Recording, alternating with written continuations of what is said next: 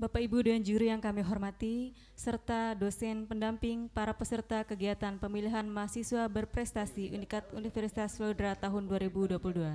Selanjutnya kita akan panggil peserta nomor urut 9 untuk melakukan pemaparan makalah program studi ilmu hukum atas nama Suhanton. Peserta nomor urut 9 dipersilahkan.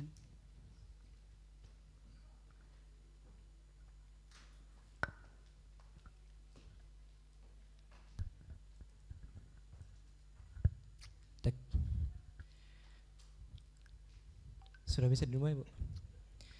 Bismillahirrahmanirrahim. Rabbi syrah li sadri wa yassir li amri wahlul 'uqdatam min lisani yafqahu qawli. Assalamualaikum warahmatullahi wabarakatuh. I would like to introduce myself.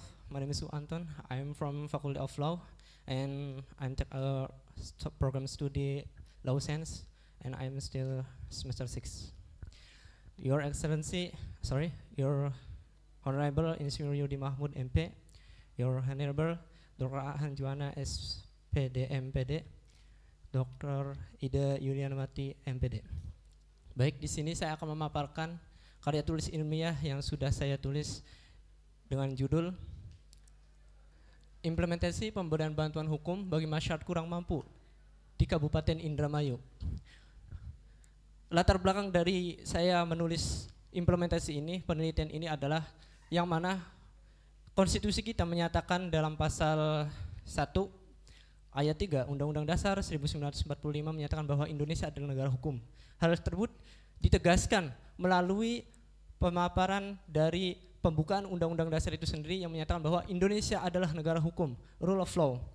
Dan dipertegas lagi di dalam pasal 27 ayat 1 yang mana dinyatakan bahwa setiap warga negara itu memiliki hak yang sama di depan hukum.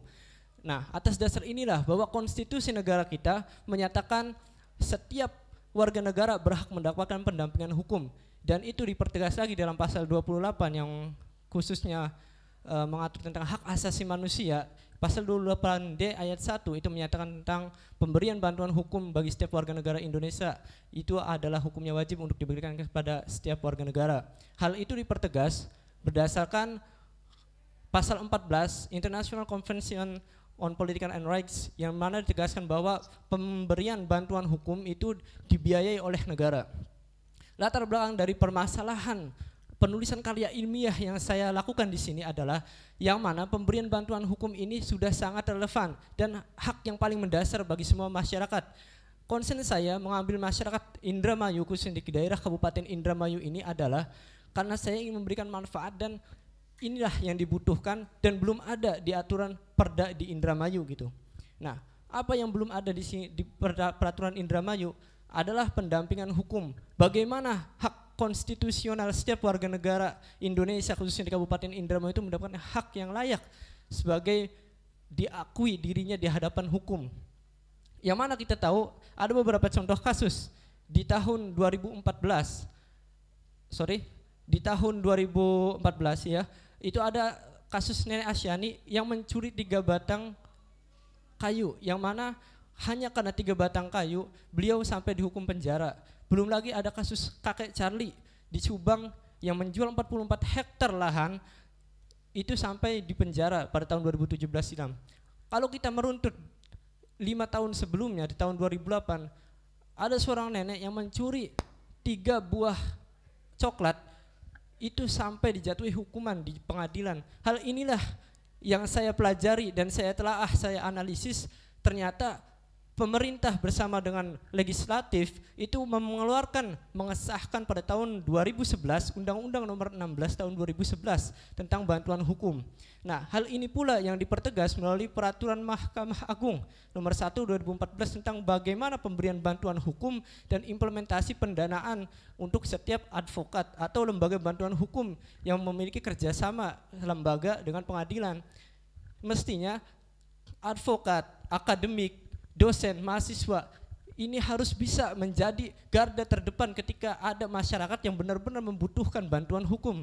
Gagasan inilah yang saya yang saya teliti karena Kabupaten Indramayu dari sekian banyak peraturan-peraturan daerah yang dikeluarkan melalui peraturan bupati dan DPRD, itu belum ada yang mengatur tentang hak konstitusional masyarakat yang paling dasar, itu adalah bantuan hukum itu sendiri kepada masyarakat. Bagaimana ketika para lembaga bantuan hukum, organisasi bantuan hukum ini memberikan layanan, bukan hanya menjadi pendamping di pengadilan, tapi juga menjadikan bantuan hukum ini sebagai metode pembelajaran, sebagai metode sosialisasi dan edukasi kepada masyarakat yang kurang mampu, khususnya di Kabupaten Indramayu. Tentu masih banyak dari dua kasus yang tadi saya paparkan gitu. Di Kabupaten Indramayu masih banyak contoh-contoh. Mungkin di sekitar kita, di daerah pelosok, mungkin beda karena kekurangan daerah, karena kekurangan lembaga bantuan hukum di setiap daerah pelosok-pelosok Indramayu, maka orang-orang yang tinggal atau termarginalisasi di Kabupaten Indramayu yang notabene di daerah pelosok itu tidak mengetahui, tidak mendapatkan edukasi yang layak untuk hukum, tidak mengetahui edukasi bagaimana pendampingan hukum, bagaimana prosedur untuk mendapatkan pendampingan hukum, bagaimana ketika saya ini bermasalah mendapatkan pendampingan hukum, itu tidak ada dalam peraturan daerah. Sedangkan ketika saya lihat dan saya analisis di Provinsi Jawa Barat saja, itu udah ada beberapa kabupaten yang memiliki perda bantuan hukum. Maka dari itu, hal inilah yang menjadikan saya sebagai seorang mahasiswa atau sebagai seorang akademisi dibantu oleh lembaga bantuan hukum yang berpusat di Fakultas Hukum Universitas Sunda Lodra untuk terus menganalisis, untuk terus membuat rancangan, untuk terus membuat jurnal, dan untuk terus membuat karya tulis ilmiah ini supaya bisa mengadvokasi legislatif, supaya bisa memberikan gagasan, memberikan terobosan terbaru supaya mereka bisa merancang peraturan perundang-undangan daerah, khususnya tentang peraturan pembentukan pemberian hukum secara gratis pada masyarakat kurang mampu notabene. Gagasan ini saya persembahkan karena saya kira ini sesuai dengan tema mahasiswa berprestasi kali ini, yaitu Sustainable Development Goals. Karena ketika kita sudah memiliki implementasi pemberian bantuan hukum yang layak, bagaimana cara kita memberikan pendampingan hukum yang layak, terus bagaimana peran advokat, peran akademisi memberikan bantuan hukum, permasalahan-permasalahan hukum yang ada, gimana persyaratannya sudah dipaparkan, inilah persyaratannya seperti ini, pendampingannya seperti ini, pendanaannya seperti ini, diatur dalam Undang-Undang Nomor 16 Tahun 2011 tentang bantuan hukum, Undang-Undang Peraturan Pemerintah Nomor 42 Tahun 2003 tentang pemberian bantuan hukum dan pelaksanaan pendanaannya, Peraturan Mahkamah Agung Nomor 1 Tahun 2014 tentang bagaimana pemberian bantuan hukum di pengadilan serta pendanaannya melalui pos bantuan hukum. Kita perlu mengedukasi masyarakat supaya masyarakat ini bisa teredukasi, bisa tahu, bisa paham. Bukan hanya masyarakat yang mendatangi para ahli-ahli hukum, bukan hanya masyarakat yang mendatangi kita sebagai orang yang paham hukum, tapi kitalah yang harus hadir untuk mereka ketika mereka punya kesempatan, punya permasalahan yang berhadapan dengan hukum. Ketika bagaimana hak-hak keperdataan mereka dirampas, hak-hak kepidanaan mereka dirampas, hak mereka di PT UN dirampas oleh pemerintah. Itulah cara masyarakat untuk melawan, mendapatkan keadilan, dan itu harus mendapatkan hak konstitusional bagi masyarakat di seluruh Indonesia. Maka dari itu, saya harapkan gagasan-gagasan ini yang perlu saya tuangkan dalam karya tulis ilmiah saya, dan karena saya menulis ini mungkin adalah untuk memberikan gagasan yang belum ada di Kabupaten Indramayu, karena kabupaten kita belum memiliki ini. Beda dengan Kabupaten Garut. Saya berikan contoh, masyarakat Indramayu yang secara pendidikan yang lulusan SMK-nya saja itu hanya beberapa persen, ditambah yang melanjutkan ke perguruan tinggi. Notabene masyarakat Indramayu itu kurang memperhatikan pendidikan, kurang memperhatikan edukasi, apalagi tentang memahami hukum. Masyarakat kita gampang terprovokasi karena masalah kemiskinan, ketidaktahuan, SDM yang kurang. Nah, maka dari itu saya persembahkan karya tulis ilmiah ini ketika saya bandingkan dengan Kabupaten Garut di Jawa Barat. Di sana sudah ada perda bantuan hukum. Masyarakatnya sudah, hak-haknya sudah terjamin, sudah memiliki kompetensi, sudah memiliki edukasi. Ketika ada bantuan hukum, ketika ada permasalahan hukum, mereka harus tahu prosedur lapornya kemana, apa yang mereka hak-hak apa yang mereka bisa dapatkan, kepada siapa, melalui bagaimana, pos bakumnya ini, pos bakum melayani tentang apa, prosedurnya seperti ini. Nah, itulah yang perlu kita sebagai akademisi, sebagai stakeholder, sebagai legislatif, bahkan sampai ke pemerintah eksekutif itu memberikan pelayanan kepada masyarakat dengan maksimal. Mungkin itu saja yang bisa saya sampaikan dan mungkin saya paparkan. Terima kasih atas perhatiannya, kurang dan lebihnya, dan bila ada kata-kata saya yang kurang bersalah, kritik dan saran saya persilakan. Wabillahi taufiq wal hidayah. Wassalamualaikum warahmatullahi wabarakatuh. Kami persilakan kepada dua juri yang pertama, yaitu Bapak Insinyur Yudi Mahmud MP untuk memberikan komentar.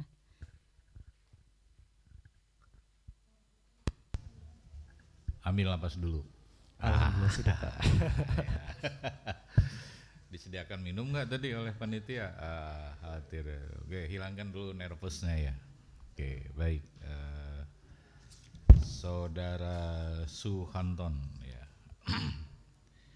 Ini kalau saya lihat ini ya, ini kan sebetulnya sudah banyak, dan kalau nggak salah LBH itu sudah lama ya, dari Bambang Wijanarko dan sebagainya, itu kan itu salah satunya adalah lembaga yang memberikan bantuan hukum pada masyarakat yang tidak mampu, kan begitu. Itu ya, LBH itu kan lahirnya kan karena itu ya, salah satunya. Nah, tadinya kalau yang seperti ini, artinya tadi ada sudah menyampaikan beberapa kabupaten yang lain, bahkan di luar Jawa juga sudah banyak yang membuat bantuan hukum bagi masyarakat yang kurang mampu. Nah, tadinya saya berpikir di era digitalisasi ini ada yang tidak harus ke lembaga bantuan hukum, tapi masyarakat itu bisa membaca gitu dengan aplikasi. Contohnya kayak Halodoc, ya kan?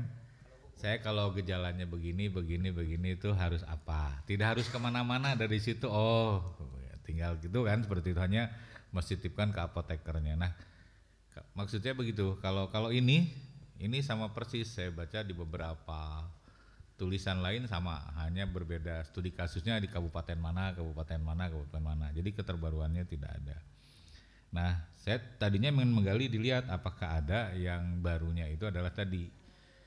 Kalau Anda kerjasama misalnya ada aplikasi ini, jadi kalau masyarakat itu bisa membuka, kalau saya kena kasus ini, kira-kira dampaknya ke saya apa? Kan sama seperti itu ya.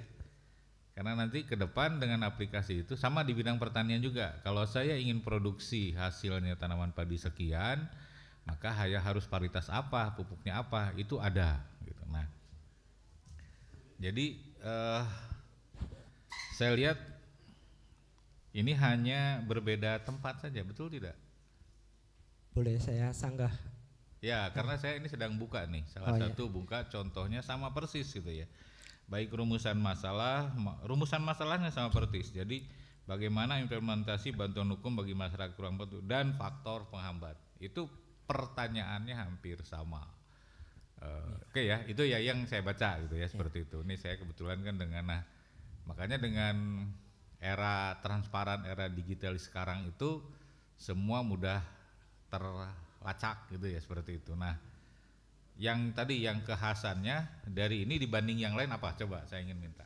Baik, terima kasih atas pernyataan Bapak. Boleh saya sanggah? Boleh silakan. Dalam proposal saya ditulis itu ketika masyarakat ingin di kemajuan IPTEK ini di era 4.0 itu ada yang namanya setiap masyarakat itu pasti punya HP gitu. Nah, sudah saya cantumkan link Mahkamah Agung, yang mana di situ Mahkamah Agung menetapkan untuk memberikan putusan dan lain sebagainya. Bahkan Mahkamah Agung memberikan link untuk mengupload majalah dan lain sebagainya. Nah, pembaharuan di sini adalah bentuk pengembangan, Pak, dari penelitian-penelitian yang sebelumnya gitu. Karena saya karena memiliki ide lain, gagasan lain yang sudah disesuaikan dengan kabupaten saya, yang mana sebenarnya ada pembantuan masalah digitalisasi terutama terkait dengan seperti di laman Mahkamah Agung itu, mahkamah-agung.co.id, yaitu melalui jurnal hukum. Kita di Fakultas Hukum punya lembaga yang mana bisa diakses untuk masyarakat. Itu ada beberapa kasus-kasus, itu beberapa contoh-contoh kejadian dan lain sebagainya. Dan itu yang bisa kita pergunakan gitu. Karena konsen saya sebagai Fakultas Hukum dan saya juga sudah mendapatkan mata kuliah pendampingan hukum juga sudah mempraktekannya gitu. Bagaimana ketika masyarakat datang di LBH Hukum ini, di LBH Wilalodra ini untuk melaksanakan pendampingan hukum, untuk konsultasi advis kepada kita gitu. Nah, tapi ketika ada masyarakat yang notabene saya potong dulu. Kenapa Anda tidak bikin aja optimalisasi Posbakum Unwir untuk masyarakat Indramayu? Itu lebih mengena. Mohon maaf Pak, kalau Posbakum Unwir, optimalisasi Posbakum di Universitas Wiraudo itu tidak ada, adanya cuma di Fakultas Hukum. Iya, maksud saya kan yang ada nih realisasi dalam waktu singkat. Karena Pilmapres ini waktunya ada timernya singkat gitu. Kalau Anda memulai dari awal itu cukup repot waktunya, tapi yang ada kiprahnya sudah dikenal, hanya aksinya mungkin kurang gitu loh. Jadi Anda optimalisasi Posbakum yang ada di sini mungkin kurang dikenal juga, tidak semua masyarakat Indramayu tahu juga. Nah, bagaimana mengoptimalkannya itu? Gitu. Seperti itu saran saja ya, saran boleh saya saja. sanggah. Boleh silahkan. Pos bantuan hukum itu hanya ada di Pengadilan Negeri Indramayu Pak. Jadi kalau misalkan pos bantuan hukum itu adanya di Fakultas Hukum, itu hanya lembaga bantuan hukum antara LBH dan LKBH, konsultasi hukum. Jadi kita di sini hanya mengkonsultasi, memberikan advis kepada masyarakat. Nah, untuk permasalahan Posbakum, saya sudah cantumkan di situ dengan permasalahan yang sudah ada di paragraf proposal saya, bahwa pos bantuan hukum itu bisa diakses oleh masyarakat melalui pengadilan umum, pengadilan agama, pengadilan PT-UN.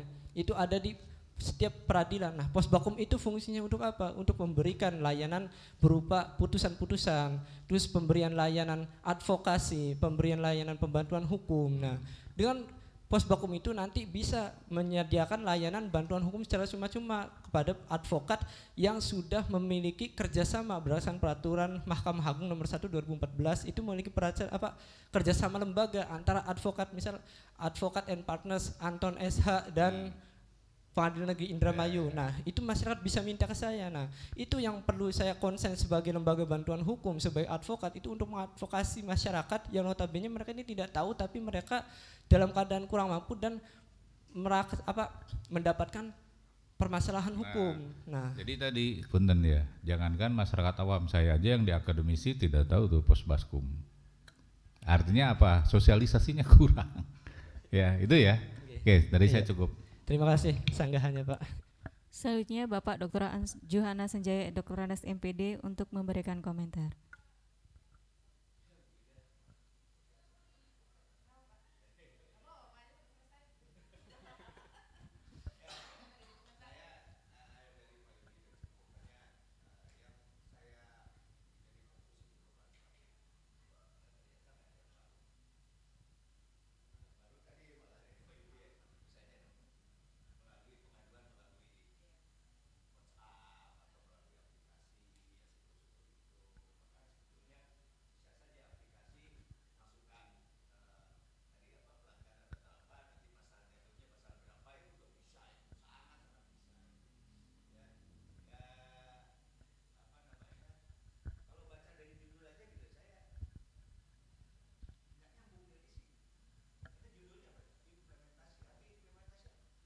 Penerapan.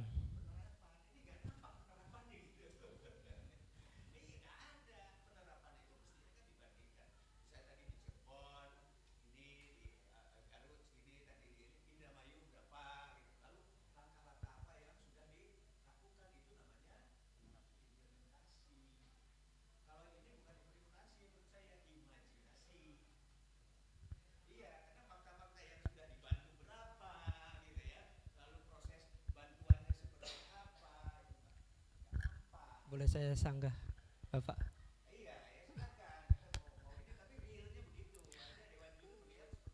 Implementasinya itu saya ambil secara umum Pak, secara general. Jadi contoh-contoh dari kabupaten, dari daerah-daerah lain di Indonesia gitu.